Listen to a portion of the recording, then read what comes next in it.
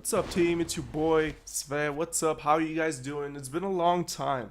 It really has been a long time since the last video I made on my channel, so I'm like super excited for it right now. And yeah, let's just go into the Windwalker guide that I promised on my stream for like 1 week already. If you haven't tuned into my stream, please, I'll put the link down in the description. I really hope you guys will spare like a minute or two to come check me out, because I'm really trying to make this stream the live community of the channel. And let's just go entirely into the Windwalker guide. So there are quite a few changes since the last patch. Last patch we used to play with Storm, Earth and Fire because it was pretty much the best, it was the most optimal one, but at the same time Windwalkers were at the really bad spot last season. This season Windwalkers are pretty much perfect. Like I have no critiques about Windwalkers. Everything just feels perfect. I enjoy it. I really love playing it, and I'm happy. I'm happy with what they did with it. People were bragging it's a little bit too OP. Some people were bragging about it. It's too weak. We should change it again, like stuff like that. And I was like, no, it's good. It requires skill. If you have the skill, you will climb, and that was good. That's all I really wanted. That's all I really wanted. So let's just jump into the talents, all right? Now, let's just first tree. That's pretty much simple. Almost never go chi burst. It's stupid. It cast time. You don't really need it. You lose momentum with it. So I have the Tiger or Chi Wave. Now, 9 out of 10 I would play without the Tiger just because Chi Wave has a chance of breaking CC. Although it used to it was revamped. The code of the Chi Wave was revamped. So if you're near the target that you casted it on, it will bounce only to it instead of just some other direction. So yeah, it's good, but I personally prefer Eye of the Tiger because one more button for me to press is a little bit too much because I'm full out of keybinds. Like, that's just me. So the next level of talents, Tiger's List, always. It's just everything else is useless. What did you Iron Body Poncho? What did you just say to me? Okay, whatever. Chi Torpedo could be useful. I don't really know. Like, Tiger's List is the best. It just frees your routes, movement speed. You can cast it on allies. You can help peel with it. So Celerity useless. Chi Torpedo maybe useless. Tiger's List is just a god. Now here is pretty much whatever floats your boat. I personally, even regardless of the fact that I'm playing with Serenity and all of my chi consumptions are free. I like using Energizing Elixir because there is always that one point where you either starve on chi, either starve on energy, or you starve on both. And you know, Energizing Elixir pretty much fills everything. It fills all your energy, fills all your chi, and you're pretty much ready. You keep your momentum going, and momentum is the most important thing for the Windwalkers. The most important thing. So the next one, like, I'm not sure what Blizzard are thinking with this. Like, some Blackstock statue, like, this thing is just the very definition of useless. It has no use. It's pretty much pathetic. I'm not sure what Blizzard are doing with it, but you know, never ever. It has no use. It has no use. Maybe versus BM hunters, but if a BM hunter is good, this will not affect them at all. So yeah, Blackhawk statue, never pick it. Ring of Peace, really good option. It's like 50-50. Whatever you want, Ring of Peace or leg sweep, it's really 50-50. It depends on what you're playing against. For an example, if I'm playing versus a turbo and I know that one of my teammates will get one shot because they never really go on the Windwalker. One of the teammates will pretty much get one shot, and I keep Ring of Peace. If I'm playing, let's just say with a Demon Hunter, and we need to put out that 6 CC chain together so that we could do it. We could do a kill. I'm always gonna pick leg sweep, and I'm gonna destroy stuff. So Ring of Peace or leg sweep, pretty much whatever you play against, or whatever you play against, is to be determined of your talent. So 75 tree, Healing Elixir, Diffuse Magic, Dampen Harm. All of these are kind of good except Dampen Harm. Healing Elixir should be like 7 out of 10 option. The only time I use Diffuse Magic is versus Shadow Play or Shadow Cleave, or whenever there's a Warlock that we're going to focus. That's like the only time I would ever use Diffuse Magic. And you would see me not like just allow the Warlock to cast on me just because I want him to get all his damage down. I'm gonna wait for Curse of Agony to pop so that it will be, you know, more painful for him, and then I'm going to transfer all the dots on him and pretty much just do as much damage as possible and try to kill. So Healing Elixir, probably 7 out of 10 games I would use it. And Diffuse Magic I would use definitely versus Fire Mages, versus Shadowplay, Priests, Warlocks, Solo, stuff like this. And maybe versus Boomkins, but I don't really see that much use of it. Maybe. It's all about testing. It's all about what you feel that's helpful more for you. Because, as Ban Lu, our mount says, you're not supposed to be dictated on how to play. You should find your own play style. I'm just sharing my play style with you people. So this is like the level 75 tree is just like this. Either Healing Elixir, or Diffuse Magic. Now level 90, Rushing Jedwin, never. It's just useless. Invoke Zuen, 10 out of 10. Hit combo. Probably once every 100 games you would use it. Invoke Zuen is the best thing ever. It hits for really hard, even regardless of the nerf. Invoke Zuen is still the best point to pick, the best talent to pick, and that's simply because hit combo is actually nerfed in PvP. Instead of giving 2% per combo strikes, it actually gives 1, so it's like only 6% damage increase, which is pretty much idiotic. Like, it's who would pick this? And Invoke Zuen is like the best option. So level 100 tree is Serenity. Like, you don't go Whirlwind Dragon Punch, you don't go Chi Orbit. Both of these suck really bad right now. Serenity is the best you could do. So let's jump into the honor talents. 9 out of 10 games, Gladiator Medallion, maybe Relentless, and some, like, Relentless kind of stupid, Adaptation is also kind of stupid, but they all have their uses in the correct versus the correct teams. And 9 out of 10 games, Gladiator Medallion, whenever you feel like Adaptation would be good. For example, if you're playing versus a Turbo or like Enhancement, Unholy Death Knight, Adaptation would be actually good. And pretty much 9 out of 10 Gladiator Medallion, and 1 games out of 10 Adaptation or Relentless. So hardness on the next tree is a thing that I would never really pick. It's useless regardless of the fact that it actually dampens openers a bit. I really play 8 out of 10 games with reinforced armor, and depending if I'm playing versus a melee, you're playing versus Turbo, you're playing versus TSG, you're playing against BM Tug Cleave. So I would take this only against melee cleaves.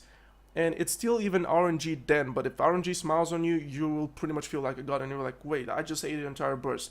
That's how good this thing actually is.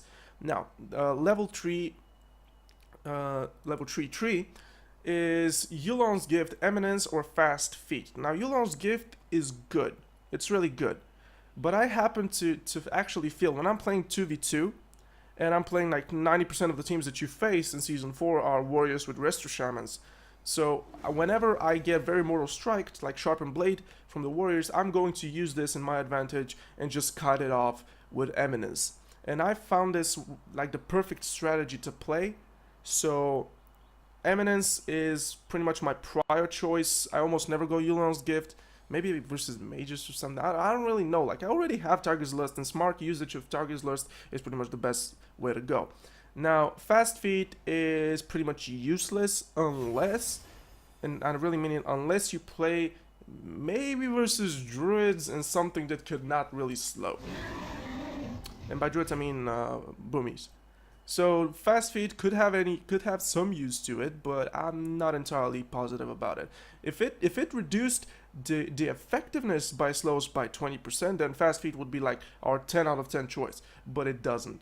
So Control the Mists, completely useless. Our Fuse barely heals. Like, we're having 4 million HP, our Fuse heals for 155k. Control the Mist is just complete uselessness. Now, Fortifying Brew is a really good one. It really is a good one.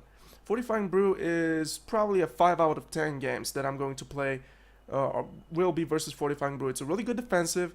It helps increase your HP and reduces your damage taken. It's on a short cooldown for such a good cooldown, and for such defensive cooldown. And I would definitely use this 5 out of 10 arenas. Now the next one is Zen Moment. Zen Moment is a really good one. It's also a really good one, but it requires a little bit of AFK on your part. Zen Moment is if you feel like you're gonna get focused and you want to run away from people while your team heals you. So pretty much Zen Moment is the choice for you. Zen Moment reduces the damage taken by 20% and increases incoming healing by 20%. Each time you use your combo strikes, it's reduced by 5%. So I'm pretty much going to Zen Moment Eminence to my healer, and we're gonna get me healed up as fast as possible just so I can go in. And it also helps really well with sustaining really good bursts of damage. So Zen Moment or Purifying Brew is whatever you feel really like. I'm not going to dictate how you play, I'm just going to show you how it's the most optimal way to pick talents. Depends on your enemy teammates. So Tiger's Lust, Disabling Reach, or Ride the Wind, all of these are good. All of these are really good, and I mean it. So Tiger's Style is Tiger's Style is pretty much when you can use your Flying Serpent Kick to just curve it around wherever you want, just to follow a path that's chosen by you. So Tiger Style is really good, really good. Disabling Reach is pretty much the most optimal talent over here. It's like a 10-yard range of your disable, which is really a lot, and I really mean it. That's a lot of range. It should be reduced in my opinion, just because, you know, I'm really mobile. I should not have this, but it's a lag prevention. And by lag prevention, I mean that whenever you go in 2s and 3s, there's always that one guy that's lagging, and you're like, your spell shows that you're in range, but you're actually not in range. So this is like, the Disabling Reach is like, it's like, helps you deal with the lag in arenas. So Disabling Reach is a really good option. Ride the Wind, probably the best option versus Frost Mages. It pretty much helps your team rush them. You can pretty much just storm a Frost Mage with it. Ride the Wind is an amazing talent to pick versus heavy slow teams. And not only mages, you can actually rush this shamans with shamans against shamans. Excuse me. Kind of in a rush to get this out ASAP. And Ride the Wind is a really good option. So the last one is Heavy 100 Strikes, the grapple weapon Tiger's Eye Brew, which we're gonna get a little bit more deep in Tiger's Eye Brew. So Heavy 100 Strikes, still a good option. It's a really good option. Like, we got 1 second stun increase on it, so that's really good. More CC chain with leg sweep, or more CC chain with whatever stun your teammates have. And Heavy 100 Strike is really good. I like it. It's awesome. I enjoy it. Grapple weapon, probably I'll play this versus Turbo. Like, grapple weapon is insane. Versus Turbo, it's pretty much, it's a counter. Against Turbo, it's a counter. So, but please note, don't disarm the warrior. Disarm the shaman. Trust me on this one. And Kappa. And go for Tiger Eye Brew. Only versus Retribution Paladins and Holy Paladins. Only. And maybe versus Shamans. And I'm going to tell you what. Because, you know, when Shamans use a Hero form, you know, they're immune to all physical damage. So you can actually switch your damage to nature with this talent. You can switch your damage to nature. You will deal lesser damage, but at least you will deal damage. And Tiger Eye Brew is bypassing armor, which is really good. And it deals full, complete nature damage. So whenever you use this for the next seconds, based on the amount of stacks that you used, you're going to have full nature damage. And that's awesome. And I really mean it. That is awesome. So play with it only versus Paladins and Enhancement Shamans, because if you're playing versus anything else, it has almost no use. That's pretty much it when it comes to talents. Now, when it comes to bursting, there are pretty much two ways of bursting. As a Windwalker. You would see most of the time people going into a Touch of Death, Rising Sun Kick, Fists of Fury, Rising Sun Kick, and at the very end use a Strike of the Windlord. Now, that's pretty much adding this sense of a crit boom. And by a crit boom, I mean huge amounts of damage for a very short duration. So, whenever you use Strike of the Windlord, the moment after Strike of the Windlord expires, your Touch of Death will also trigger. So it adds that sense of, oh, I think I will actually survive this, but then you pretty much get destroyed. So that's a really cool trick that you could use. Pretty much, of course, you're gonna use Sveh with it. So you pretty much Touch of Death, pop your cooldowns, Rising Sun Kick with Fists of Fury channel. You wait for the last tick of Fists of Fury, use it, boom, boom, and it procs for 3.1 million. I'm actually using Mistweaver legendaries, but it doesn't even matter. So that's how you pretty much burst. Now there's also another way to burst. Let me just dismiss Zwin. There's also another way to burst, and that's the very first thing to do while bursting, to be Strike of the Windlord. Now, when you're using the burst the way I'm doing, with Strike of the Windlord being at last in the rotation, you can actually get pretty screwed while doing it, because maybe you get kited, you have like 1.5 seconds to use it, because you know the amount of serenity left you have, and Touch of Death duration is about to expire, so it will deal a really good amount of damage. So it could play a trick on you, but also it could play a trick on them. It's kind of 50-50 whatever happens. You just have to feel confident in doing it. That's like the proper way to burst. As I mentioned earlier, whenever you get heavy mortal strikes, let's say you're fighting here, you just Transcendence to avoid damage, because heavy mortal strike is pretty much the scariest thing right now. Really, it's the scariest thing. Like I'm not sure what's more scarier than this. I have no clue.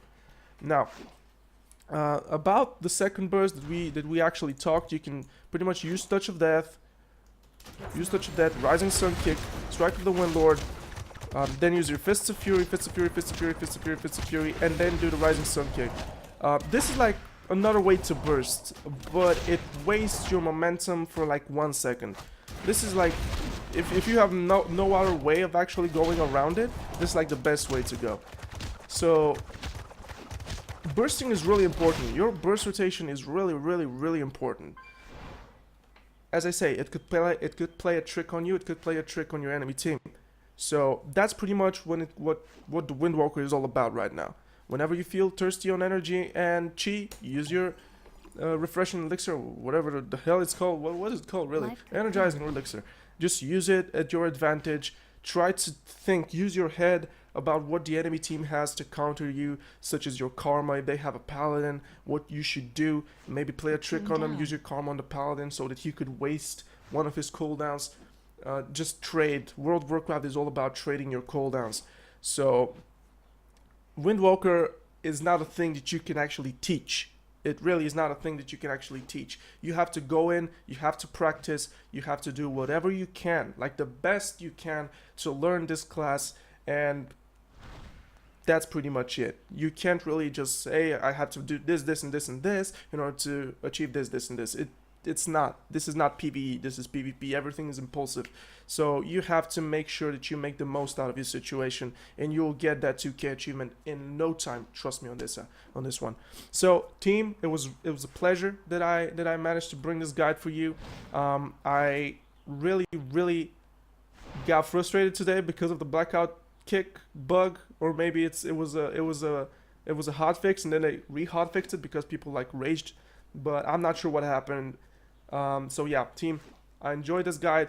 Peace, and I'll see you in the next one, which will be probably the Brewmaster or the Mistweaver. Stay tuned with me. Peace.